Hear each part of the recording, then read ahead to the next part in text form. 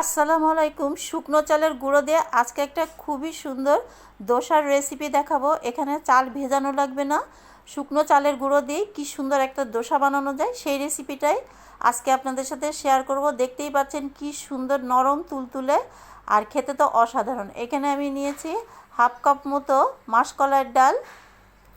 মাসকলাইয়ের ডালটা 2 ঘন্টার জন্য পানিতে ভিজিয়ে রাখতে হবে। এই যে আমার ভেজানো মাসকলাইয়ের ডাল দেখতেই পাচ্ছেন। এখন আমি এটা কিন্তু একদম নরম তুলতুলে হয়ে গেছে। এখন আমি ব্লেন্ডারে ব্লেন্ড করে নেব। অন্যদিকে একটা কাচের বাটি নিয়েছি, আর এখানে আমি 1.5 কাপ মতো শুকনো চালের গুঁড়ো নিয়েছি। আর এখন আমি সেই মাসকলাইয়ের ডালটা ব্লেন্ড করা সেটা দিয়ে দিলাম। এখানে আমি হাফ কাপ ডালই ব্যবহার করেছি। দিয়ে দিলাম স্বাদ মতো লবণ, দিয়ে দিলাম ঝালের গুঁড়ো, আর দিয়ে দিলাম একটু হলুদের গুঁড়ো, তারপরে দিয়ে দিলাম পানি। এখন আমি খুব ভালো করে একটু মিশিয়ে নেব। একটা হুইস্ক দিয়ে এইভাবে সুন্দর করে আপনারা মেখে নেবেন। আস্তে আস্তে করে হাত দিয়েও ভালো করে ফেটে নিতে পারেন, তাতেও কোনো অসুবিধা না। এই দোসাটা খেতে যে এতটা মজা আর বানাতে যে এত সোজা, শুকনো চালের গুঁড়ো দিয়েই কিন্তু এই মজাদার দোসাটা বানানো যায়, আর খুবই জালিদার হয়। আমার মিশ্রণটা হয়ে গেছে, দেখতেই পাচ্ছেন আমি কীরকম ঘন রেখেছি। এরকম ঘনত্ব দিয়েই কিন্তু দোসাটা বানাতে হবে।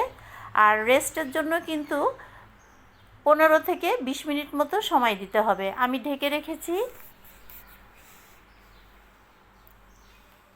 আমার রেস্টের সময় শেষ। এখন আমি আরেকটু নাড়াচাড়া দিয়ে নিচ্ছি।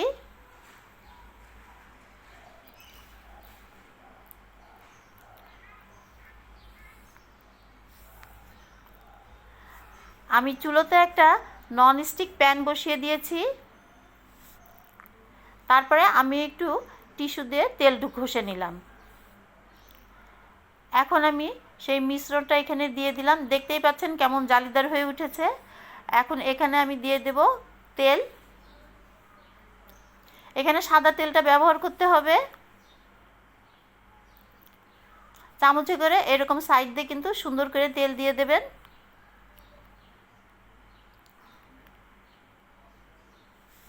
ব্যাস হয়ে গেল নরম তুলতুলে একটা সুন্দর দোসা। আর দেখতেই পাচ্ছেন কতটা জালিদার। এরকমভাবে আমি কিন্তু আমার সবগুলো দোসা তৈরি করে নেব।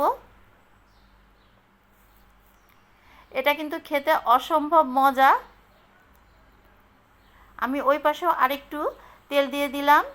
আমার সবগুলো দোসা হয়ে গেছে, দেখতেই পাচ্ছেন। আমি কিন্তু এটা ডাল দিয়ে পরিবেশন করব। আমি ডালে একটু টক দই দিয়ে নিলাম। এইভাবে কিন্তু আমরা বাসায় খুব সহজেই দোসা বানাতে পারি, আর খেতে কিন্তু অসম্ভব মজা লাগে। রেসিপিটা ভালো লাগলে একটা লাইক, একটা কমেন্ট করে দেবেন। দেখা হবে পরবর্তী কোনো একটা রেসিপি নিয়ে।